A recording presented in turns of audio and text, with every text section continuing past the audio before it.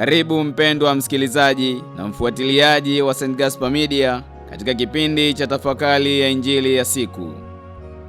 Leo Jumanne, juma la 9, kipindi cha kawaida, mwaka A wa kanisa. Masomo ya leo. Somo la kwanza linatoka katika waraka wa pili wa Mtume Petro kwa watu wote, sura ya 3 aya ya 11 hadi ya 15 na aya ya 17 hadi aya ya 18. Na Injili takatifu kama ilivyoandikwa na mwinjili Marko, sura ya 12 aya ya 13 hadi aya ya 17. Karibu tusikilize Injili. Walituma kwa Yesu baadhi ya Mafarisayo na Maherodi ili wamnase kwa maneno. Hata walipomfikia walimwambia, "Mwalimu, twajua ya kuwa wewe u mtu wa kweli, wala hujali cheo cha mtu, kwa maana hutazami sura za watu, lakini katika kweli waifundisha njia ya Mungu. Je, ni halali kumpa Kaisari kodi au sio? Tumpe tusimpe?" Naye akijua unafiki wao akawaambia, "Mbona mmenijaribu? Nileteeni dinari niione." Wakaileta. Akawaambia, "Ni ya nani sanamu hii na anwani hii?" Wakamwambia, "Ni ya Kaisari."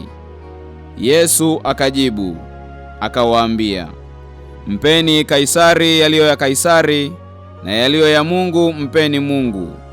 Wakamstaajabia sana. Neno la Bwana. Sifa kwako Kristo. Wapendwa taifa la Mungu, ningependa tunukuu maneno kutoka katika Injili tuliyoisikia hivi punde. Mpeni Kaisari yaliyo ya Kaisari, na Mungu yaliyo ya Mungu. Katika mafundisho ya Yesu kuhusu uhusiano kati ya mamlaka ya kidunia na mamlaka ya Mungu, Yesu Kristo alitumia sehemu ya Injili hii kufundisha Mafarisayo na Maherodia ambao walimjia Yesu kwa lengo la kumtega kwa swali la kisiasa na kidini. Kodi au si halali? Walitarajia Yesu aanguke katika mtego wao. Angejibu ndiyo, angeonekana msaliti wa taifa la Wayahudi. Angejibu hapana, angeweza kushtakiwa kwa kuasi serikali ya Kirumi.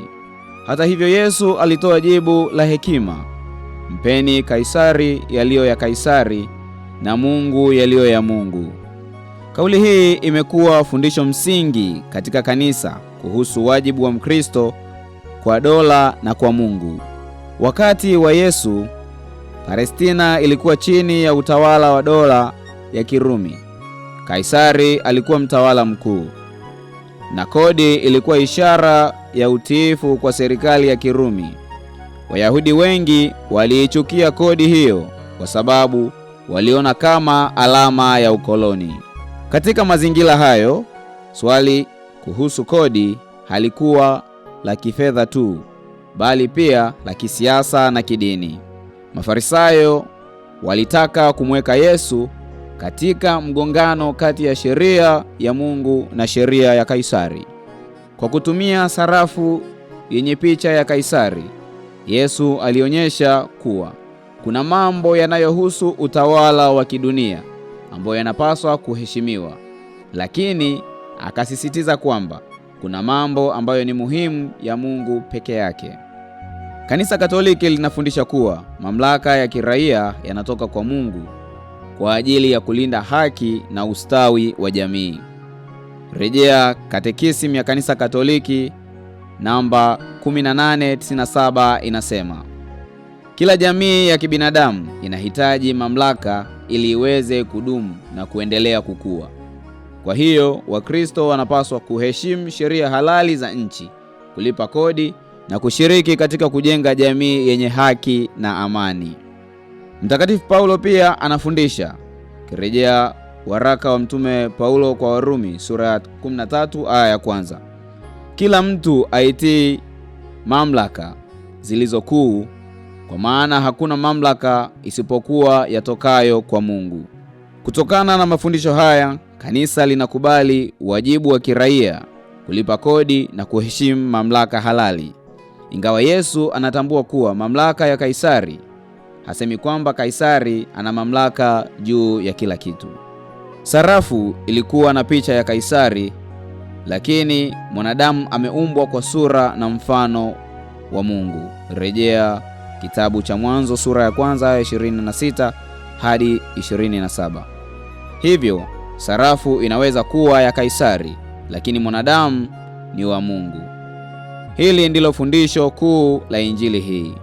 Mtakatifu Agustino alifundisha kwamba kama sarafu inavyobeba sura ya Kaisari, vivyo hivyo roho ya mwanadamu hubeba sura ya Mungu.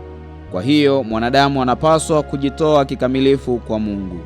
Kanisa linafundisha kuwa utiifu kwa Mungu ni wa kwanza kuliko utiifu kwa mamlaka yoyote ya kidunia. Japo kuna nyakati ambapo sheria za serikali zinaweza kupingana na sheria za Mungu. Katika mazingira hayo, kanisa linafundisha kwamba Mkristo anapaswa kumtii Mungu kwanza.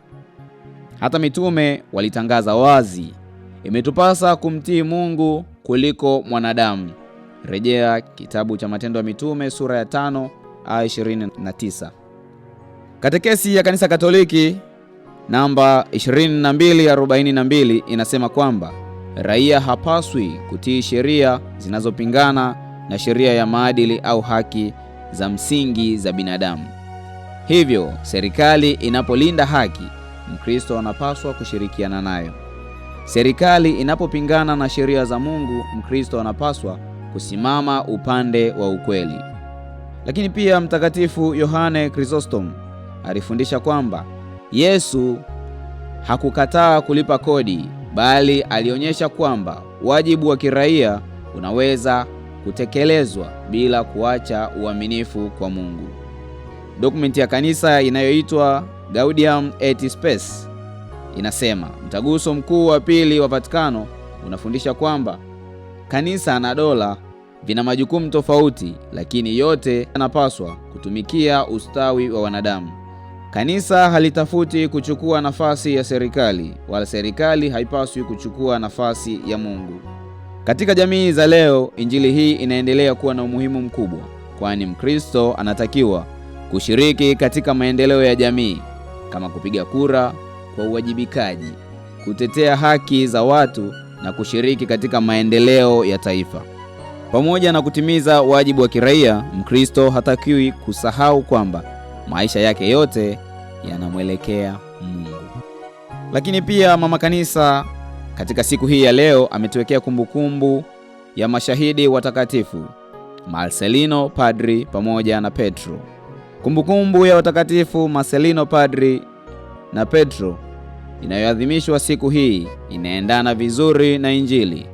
Hawa walikuwa mashahidi waliouawa kwa sababu ya imani yao katika Kristo wakati wa mateso ya Wakristo. Waliheshimu mamlaka ya serikali katika mambo halali, lakini walikataa kuikana imani yao. Walichagua kumpa Mungu yaliyo ya Mungu hata kwa gharama ya maisha yao. Mashahidi hao wanaonyesha kwamba uaminifu kwa Mungu ni mkuu kuliko mamlaka yoyote ya kidunia. Injili ya Marko sura ya 12 aya 13 hadi 17 inatufundisha uwiano sahihi kati ya wajibu wa kiraia na wajibu wa kidini. Yesu hakutenganisha kabisa maisha ya kijamii na maisha ya kiroho, bali alionyesha kwamba yote yana nafasi yake. Kwa hiyo maneno ya Yesu yanabaki kuwa mwongozo wa kila Mkristo: mpeni Kaisari yaliyo ya Kaisari na mpeni Mungu yaliyo ya Mungu. Na kushukuru kwa kutafakari pamoja nami Injili ya leo. Niliyekuletea tafakari hii ni mimi Fratel Emmanuel Bija wa shirika la wamisionari wa damu takatifu ya Yesu kutoka seminari kuu ya Mtakatifu Gaspari del Bufalo, Kola, Morogoro. Itukuzwe damu ya Kristo!